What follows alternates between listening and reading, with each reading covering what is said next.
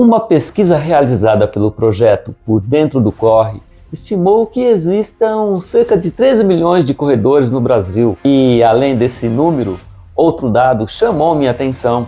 Aproximadamente 31% dos entrevistados disseram preferir praticar esportes sozinhos, ou seja, praticamente 1 em cada 3 corredores. Talvez você faça parte desse grupo, prefira colocar o tênis, sair de casa e simplesmente correr, sem conversar, sem combinar horários, sem depender de ninguém. Isso não significa necessariamente que você seja uma pessoa antissocial. Nesse vídeo, quero conversar justamente sobre esse perfil de corredor, porque acredito que às vezes ele é pouco compreendido e tem muito a nos ensinar. Vamos falar sobre quem escolhe correr sozinho, sobre quem corre sozinho por circunstâncias da vida e também sobre uma ideia muito importante. Correr sozinho não significa caminhar sozinho na sua evolução. Existe um certo preconceito silencioso em relação ao corredor que prefere treinar sozinho. Às vezes ele é visto como alguém fechado, individualista, pouco sociável, como se a escolha de correr sozinho refletisse necessariamente a maneira como essa pessoa se relaciona com o mundo. Mas na prática, não é isso que observo ao longo dos anos como treinador. Tenho alunos extremamente comunicativos, participativos e queridos por todos, que simplesmente gostam de fazer seus treinos de corrida sozinhos. Uma coisa não tem a ver com a outra. Aliás, talvez a corrida seja justamente o espaço onde algumas pessoas encontram algo raro nos dias de hoje: o silêncio. Vivemos cercados por estímulos, mensagens, notificações, reuniões, barulhos, cobranças. E para muita gente, correr sozinho representa um momento de descanso mental. É um horário em que ninguém pede nada, ninguém interrompe, ninguém acelera ou diminui seu ritmo.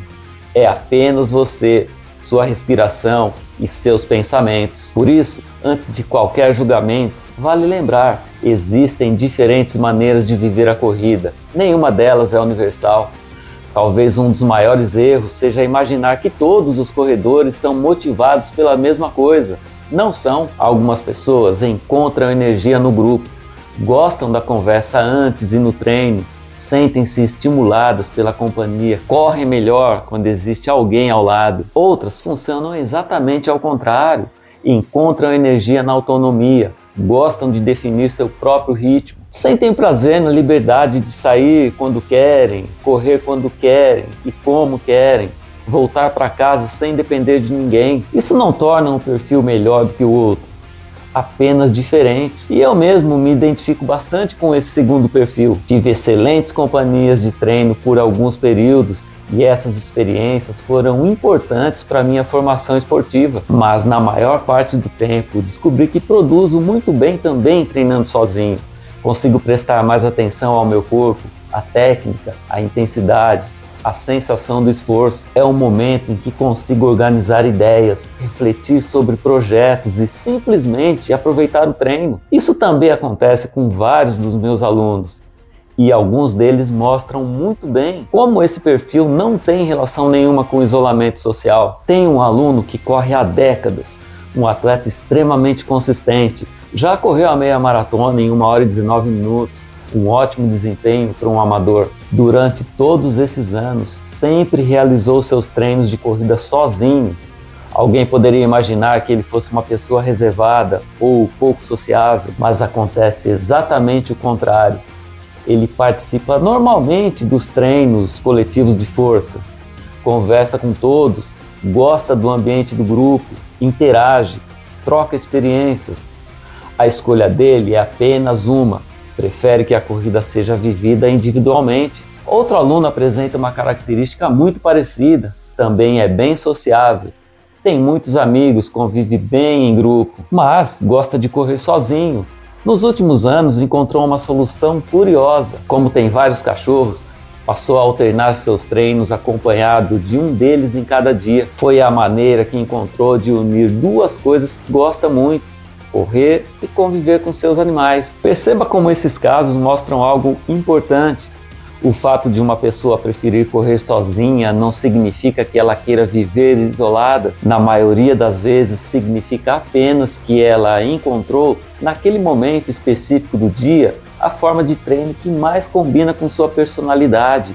E isso merece ser respeitado. Quando a escolha é consciente, correr sozinho oferece algumas vantagens muito interessantes. A primeira delas talvez seja a liberdade. Você escolhe o horário, o percurso, o ritmo, sem precisar adaptar seu treino ao de outra pessoa, sem acelerar quando devia ir mais devagar, sem diminuir o ritmo quando aquele dia pedia intensidade. Mas existe um benefício que considero ainda mais importante: desenvolver uma conexão maior com o próprio corpo. Quando corremos sem distrações, passamos a perceber detalhes que muitas vezes passam despercebidos em treinos coletivos.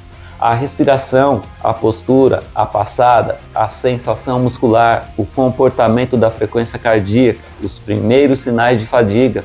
Essa percepção corporal é valiosa para qualquer corredor, porque ajuda a reconhecer os limites do organismo e a tomar decisões mais conscientes durante os treinos. Mas será que correr sempre sozinho traz apenas vantagens? É exatamente sobre isso que vamos conversar na sequência. Se por um lado o correr sozinho oferece liberdade e uma conexão muito interessante com o próprio corpo, por outro também apresenta alguns desafios. O primeiro deles é a ausência de um olhar externo.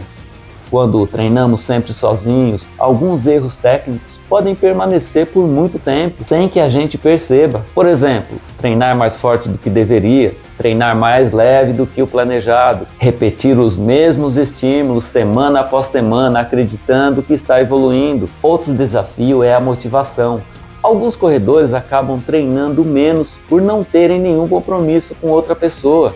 Em determinados períodos, fica mais fácil adiar o treino, ceder ao cansaço ou deixar o frio ou a rotina falarem mais alto. Quem treina em grupo muitas vezes encontra na companhia um estímulo extra para manter a regularidade. Também existe a questão da segurança. Dependendo do horário, do percurso ou da região onde você mora, correr acompanhado pode ser uma escolha mais prudente. Ou seja, como acontece com quase tudo na corrida, não existe uma resposta única. Cada forma de treinar apresenta vantagens e limitações. O importante é conhecer as duas e fazer escolhas conscientes. Até aqui falamos de quem gosta de correr sozinho, mas existe outro grupo de corredores que merece atenção: aqueles que treinam sozinhos pelas circunstâncias da vida. Por exemplo, moram em localidades pequenas, trabalham em horários incompatíveis com as assessorias, viajam constantemente, ou simplesmente não têm um grupo de corrida próximo de onde vivem. Essas pessoas muitas vezes acreditam que estão em desvantagem, mas nem sempre é assim.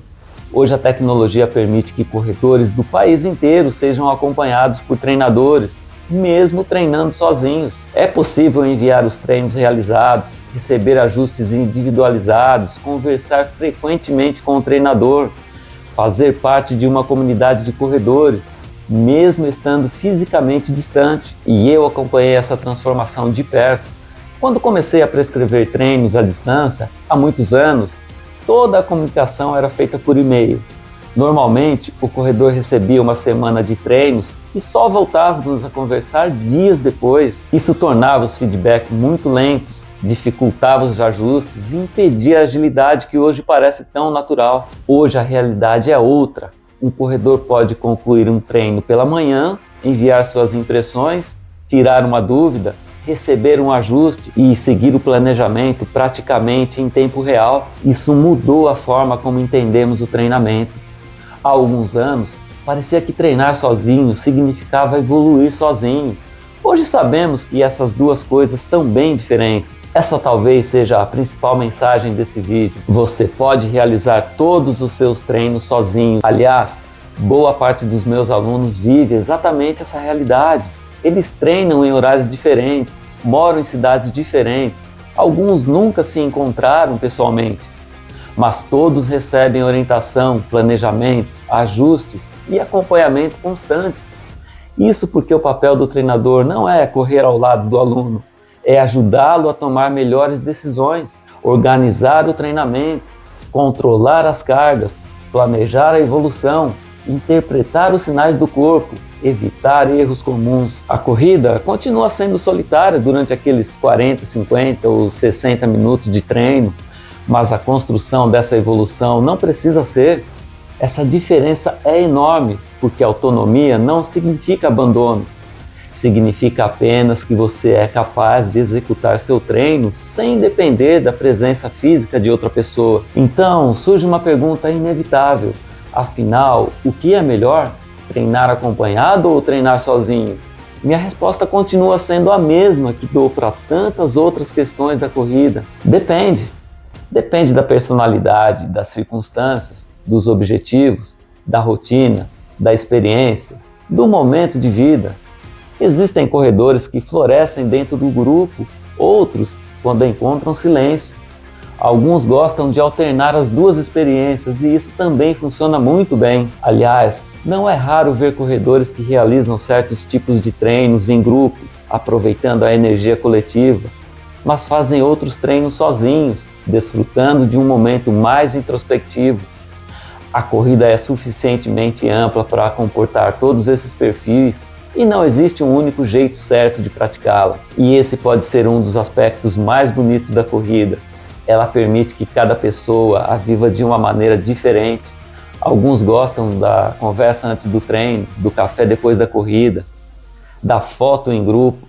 Outros encontram prazer justamente na simplicidade, calçar o tênis, sair de casa, correr e voltar sem roteiro, sem compromissos e sem explicações. E nenhum deles aprecia menos a corrida, apenas a experimenta de um jeito diferente. Quando entendemos isso, deixamos de comparar estilos e passamos a respeitar as diferentes formas de viver o esporte. Porque no fundo, o que importa não é correr com os outros, é correr de uma maneira que faça sentido para você. Se você gosta de correr sozinho, saiba que não está sozinho. Milhões de corredores compartilham essa preferência. E isso não faz de você alguém menos sociável, menos comprometido ou menos apaixonado pela corrida. Talvez apenas revele uma característica da sua personalidade ou mostre que você encontrou na corrida um espaço de silêncio, liberdade e conexão consigo mesmo. Ao mesmo tempo, vale lembrar que treinar sozinho não significa precisar descobrir tudo sozinho. Buscar aprendizados ou contar com alguém para organizar sua evolução pode fazer toda a diferença, independentemente de você correr em grupo ou sozinho. No fim das contas, a corrida continua ensinando que não existe um único jeito certo de correr, mas o jeito que melhor combina com quem você é. E talvez seja por isso que tantas pessoas permaneçam na corrida por tantos anos, porque ela consegue respeitar as diferenças sem deixar de unir todos pelo mesmo movimento. E agora eu quero saber de você. Você prefere correr sozinho ou em grupo? Conte aqui nos comentários. E se esse vídeo fez sentido para você, deixe o seu gostei, compartilhe com aquele amigo que adora correr sozinho, inscreva-se no canal e bons treinos!